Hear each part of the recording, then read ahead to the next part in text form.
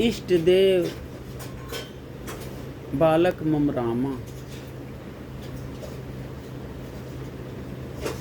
इष्ट देव मम बालक रामा।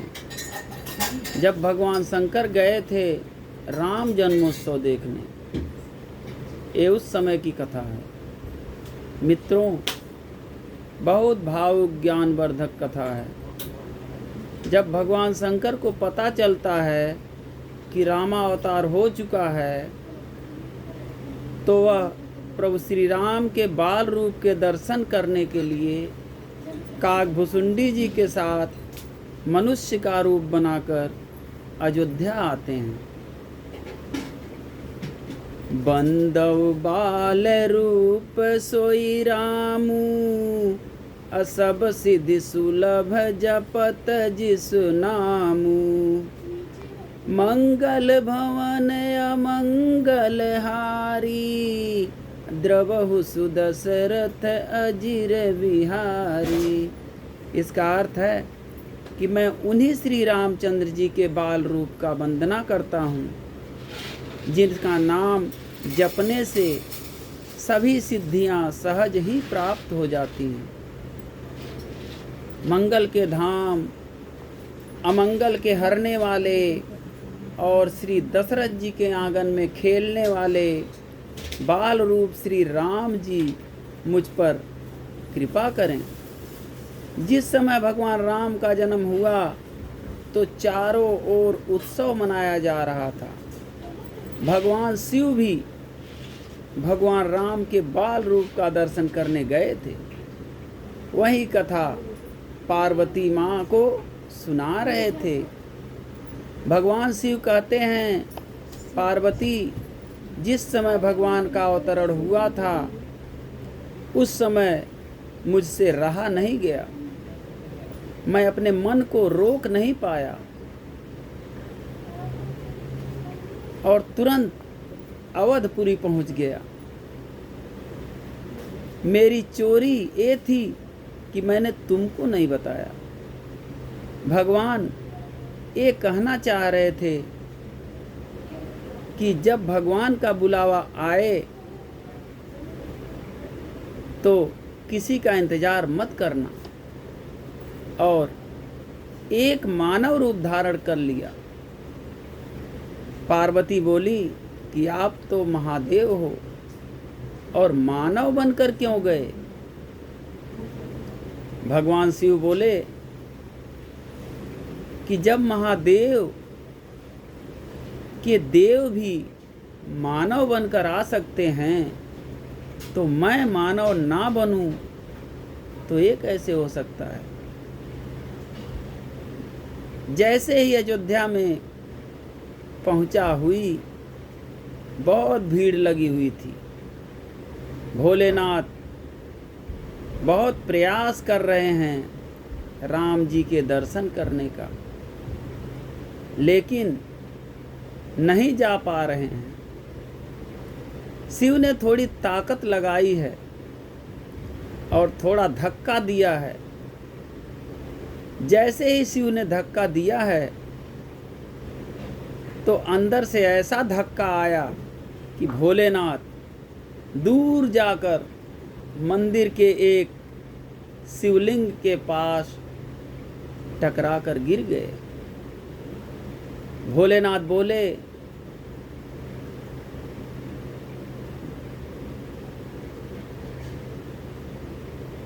भोलेनाथ बोले कि ये लो, हो गए दर्शन राम के।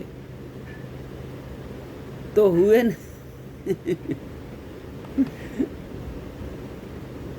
भोलेनाथ बोले कि ये लो, हो गए दर्शन राम के। राम के तो हुए नहीं, पर मेरे खुद के हो गए। भोलेनाथ ने सोचा कि ऐसी भीड़ में दर्शन कैसे हो।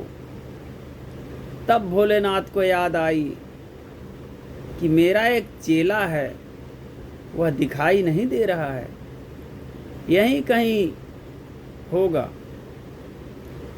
वो चेला है काकभुसुंडी जी महाराज। सोच रहे थे कि भगवान का दर्शन करने जरूर आए होंगे। जैसे ही भोलेनाथ ने इन्हें याद किया है तो काग भुसुंडी जी तुरंत आ गए, क्योंकि वे कौवे के रूप में हैं। भोलेनाथ को कहते हैं, महादेव कैसे बुलाया है, जल्दी बताइए। भोलेनाथ बोले कि जल्दी बताऊं, पर क्यों, कहाँ जाना है? काग भुसुंडी जी बोले कि आपके पीछे उत्सव छोड़कर आया हूँ। शिव जी बोले कि तुम कहाँ थे? उसने कहा कि प्रभु मैं तो अंदर ही था। दशरथ जी खूब आनंद लुटा रहे हैं, बड़ा आनंद हो रहा है। भगवान शिव बोले कि बढ़िया है, मानव को तो भीड़ के कारण रोक सकते हैं, पर कौवे को कौन रोकेगा? वह चेला आनंद ले रहा है और गुरु यहाँ बैठा है। भोले बाबा कहते हैं कि चेला जी कोई युक्ति बताइए, हमें भी दर्शन करवाइए। काग भुसुंडी जी ने कहा कि महाराज चलिए कोई युक्ति बनाते हैं। काग भुसुंडी जी ने भी मानव का रूप धारण कर लिया। बहुत बार प्रयास किया है, लेकिन इन्हें अंदर नहीं जाने दिया।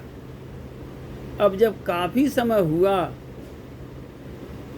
तो भगवान राम ने भी रोना शुरू कर दिया। इनके मन में भी भोले बाबा के दर्शन करने की तड़प जाग गई। अब राम जी दुख में तड़प कर रो रहे हैं, और जब ये पीड़ा भरी पुकार मैया के कानों में गई तो कौशल्या जी बिलख पड़ी कि मेरे लाल को आज क्या हो गया।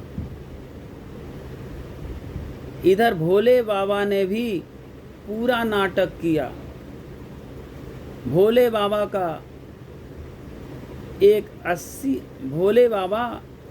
एक 80 साल के ज्योतिषी बन गए।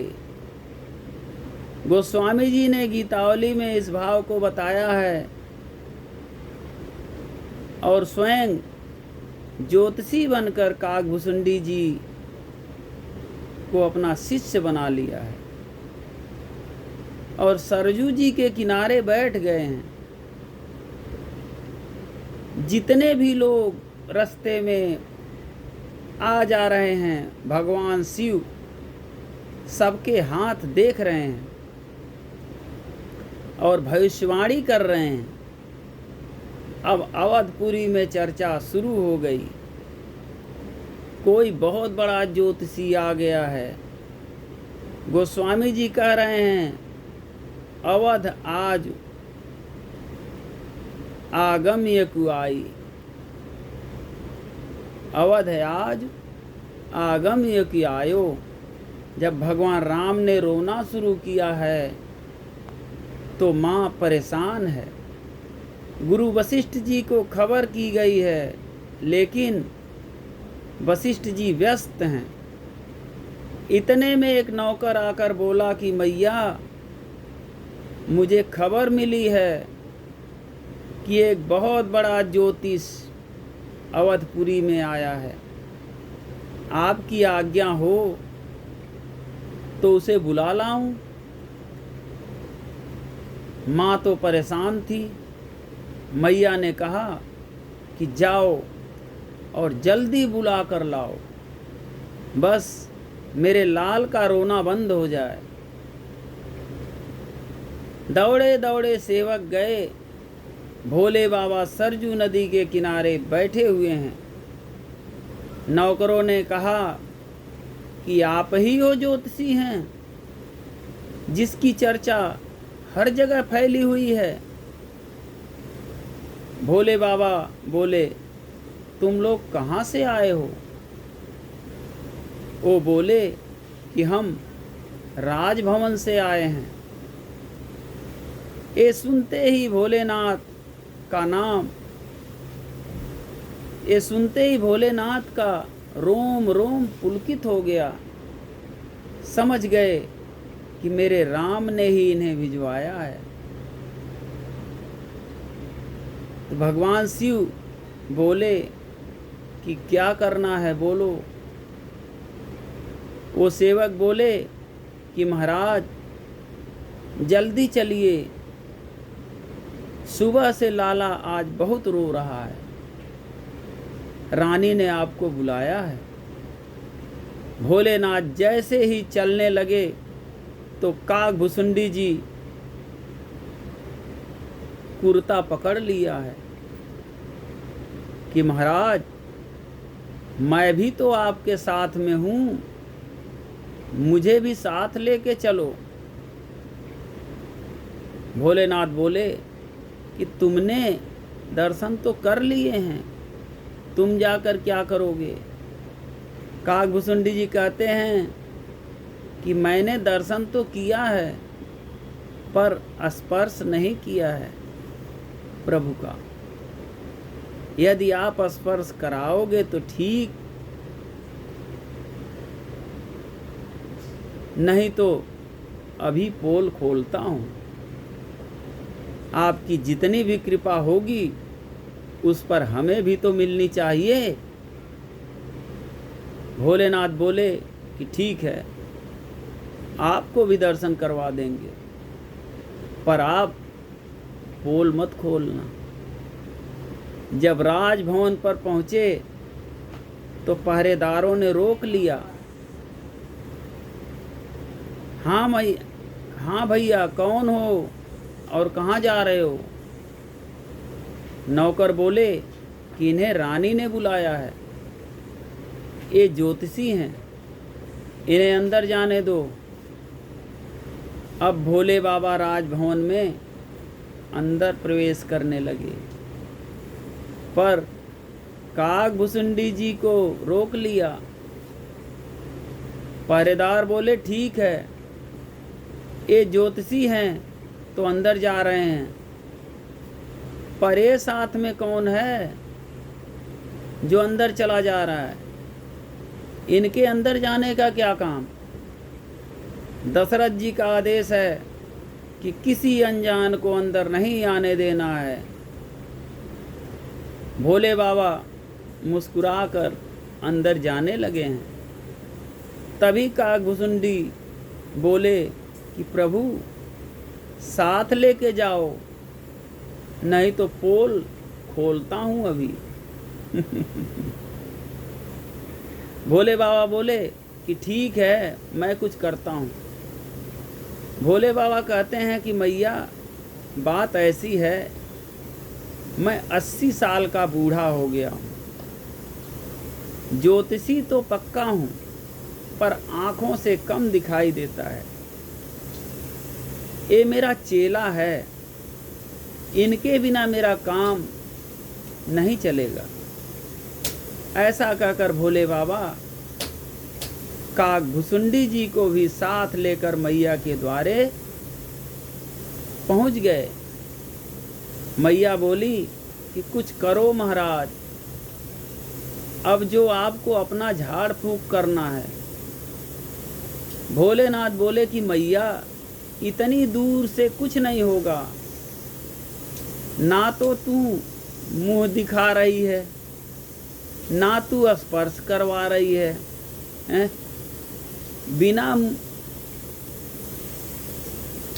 मुंह देखे और बिना स्पर्श करे मैं कुछ नहीं कर सकता।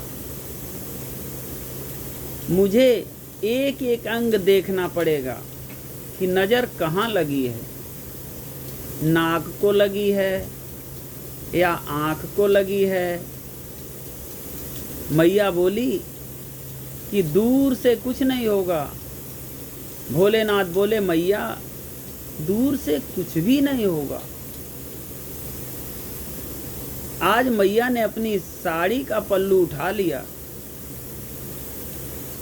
और जो राम जी अब तक रो रहे थे भगवान शिव को देखकर खिलखिलाकर मुस्कुराने लगे। मैया बोली, महाराज आप तो कमाल के ब्राह्मण हो, आपके सिर्फ लाला को देखा ही है और लाला का रोना बंद हो गया। भगवान शिव बोले कि मैया अभी तो नजर पड़ी है और रोना बंद हो गया है, अगर तू गोदी में दे दे तो हमेशा, अगर तू गोदी में दे दे तो हमेशा के लिए आनंद हो जाए। अब मैया ने तुरंत राम जी को लेकर भोलेनाथ की गोदी में दे दिया। जैसे ही भगवान शिव की गोद में आए हैं, साक्षात शिव और राम का मिलान हो गया है। भगवान शिव के नेत्रों में आंसू बहने लगे। अब तक जिस बाल छवि का मन में दर्शन करते थे, आज साक्षात दर्शन हो गए। भोलेनाथ कभी हाथ पकड़ते हैं, कभी गाल छूते हैं, कभी माथा सहलाते हैं। भगवान राम भी टुकुर टुकुर अपनी आंखों से शिव जी को देख रहे हैं। जब थोड़ी देर हो गई तो काकभुसुंडी जी ने पीछे से कुर्ता पकड़ा है और कहते हैं, हमारा हिस्सा भी तो दीजिए,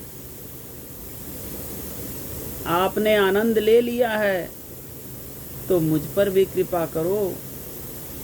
अब भगवान शिव जब राम को काकभुसुंडी की गोद में देने लगे तो मैया ने रोक दिया है कि इनकी गोद में लाला को क्यों दे रहे हो। भगवान शिव बोले कि मैया मैं बूढ़ा हो गया हूँ, ये मेरे चेला है, ये हाथ देखेगा और मैं भविष्य बताऊंगा। काकभुसुंडी जी की गोद में लाला को दे दिया है। अब काकभुसुंडी जी भी भगवान का दर्शन पा रहे हैं और भोलेनाथ ने भगवान का सारा भविष्य बताया, सब बता दिया है कि आपके लाला को, आपका ये लाला कोई साधारण लाला नहीं होंगे, आपका लाला जग में बहुत नाम वाला होगा। आपके लाला के नाम से ही लोग भवसागर तर जाएंगे। मैया बोली कि ये सब तो ठीक है, पर ये बताओ कि लाला की शादी कब होगी। भोलेनाथ बोले कि इतना बता सकते हैं, आगे चलकर आप थोड़ा ध्यान रखना। एक बूढ़े बाबा आपके लाला को आपसे मांगने के लिए आएंगे और जब वो मांगने आए तो तुम तुरंत दिलवा देना, मना मत करवाना, क्योंकि आपके लाला उनके साथ चले जाएंगे तो वहाँ से बहू लेकर ही आएंगे। कौशल्या जी बोली कि आप चिंता मत करो महाराज, ये बात मेरे दिमाग में नोट हो गई है, मैं इसे हमेशा याद रखूंगी। इस प्रकार भोले बाबा ने सब बताया। मैया ने बोला कि आपने बड़ी कृपा की है, मेरे लाला का रोना बंद करवा दिया है, मेरे लाला का भविष्य बता दिया है, अब मेरे लाला को आशीर्वाद भी दे दीजिए। भगवान शिव ने खूब आशीर्वाद दिया कि हे राम, आप जुग जुग जियो, सबको आनंदित करो। इस प्रकार से भोलेनाथ बड़ी मस्ती में राम जी को आशीर्वाद दे के अपने धाम पधारते हैं। भोलेनाथ जी ने ये भी कहा है कि इस चरित्र को सब लोग नहीं जान सकते, बस जिस पर राम की कृपा होगी वही लोग इस चरित्र को जान सकते हैं। पार्वती जी कहती है, महाराज हम पर राम जी की कृपा बनी हुई है, तभी हम ये सब जान पाए हैं। इष्ट देव मम बालक रामा, अशोभा वपुष कोटि सत कामा। निज प्रभु बदन निहारी निहारी, अलोचन सुफल करऊं उरगारी। इसका अर्थ है कि बाल रूप श्री रामचंद्र जी मेरे इष्ट देव हैं, जिनके शरीर में अरबों कामदेवों की शोभा है। हे गरुड़ जी, अपने प्रभु का मुख देख देख कर मैं नेत्रों को सफल करता हूँ। मेरे प्रभु, मेरे श्री राम, जय श्री सीताराम, जय श्री सीताराम। अगर मेरी वीडियो अच्छी लगी हो तो मेरे भज राधे चैनल को लाइक करें, सब्सक्राइब करें और कमेंट बॉक्स में जय श्री राम लिखना ना भूलें।